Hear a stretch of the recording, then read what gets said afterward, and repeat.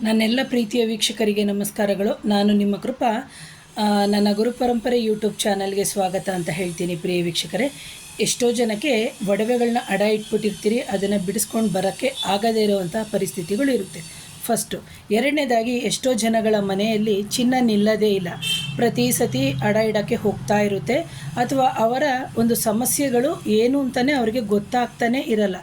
ಯಾಕಂದರೆ ಇದೆಲ್ಲವೂ ನಮ್ಮ ಪೂರ್ವಾಜಿತದ ಕರ್ಮ ಆಗಿರುತ್ತೆ, ಅದನ್ನು ಈ ಜನ್ಮದಲ್ಲಿ ನಾವು ಅನುಭವಿಸ್ತಾ ಇರ್ತೀವಿ.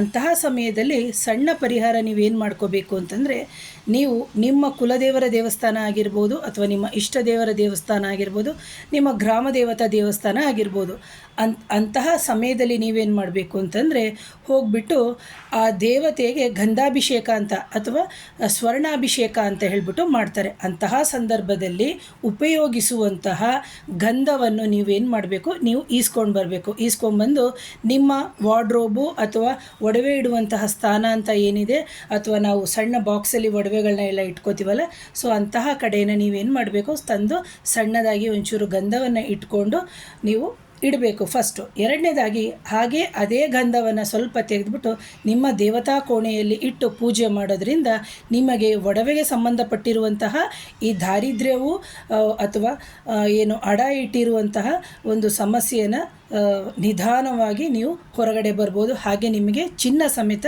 ನಿಮ್ಮ ಮನೆಯಲ್ಲಿ ಸೇರ್ತಾ ಹೋಗುತ್ತೆ. ಹಾಗೆ ಗೌಪ್ಯವಾಗಿ ಮಾಡಿ, ಇಷ್ಟಪಟ್ಟು ಮಾಡಿ, ಪ್ರೀತಿಯಿಂದ ಮಾಡಿ. ವೀಕ್ಷಕರೇ, ಯಾರ್ಯಾರು ನನ್ನ ಚಾನಲ್ನ ಮೊದಲನೇ ಬಾರಿಗೆ ನೋಡ್ತಾ ಇದ್ದೀರಿ, ಅವರು ದಯವಿಟ್ಟು ಸಬ್ಸ್ಕ್ರೈಬ್ ಮಾಡಿ, ಶೇರ್ ಮಾಡಿ, ಕಮೆಂಟ್ ಮಾಡಿ. ಹಾಗೆ ಅದು ಪರ್ಸನಲ್ ಇದಕ್ಕೆ ನೀವು ಬೆಲ್ನ ಒತ್ತಿ ಅಂತ ಹೇಳ್ತೀನಿ. Once again thank you. ನಮಸ್ತೆ.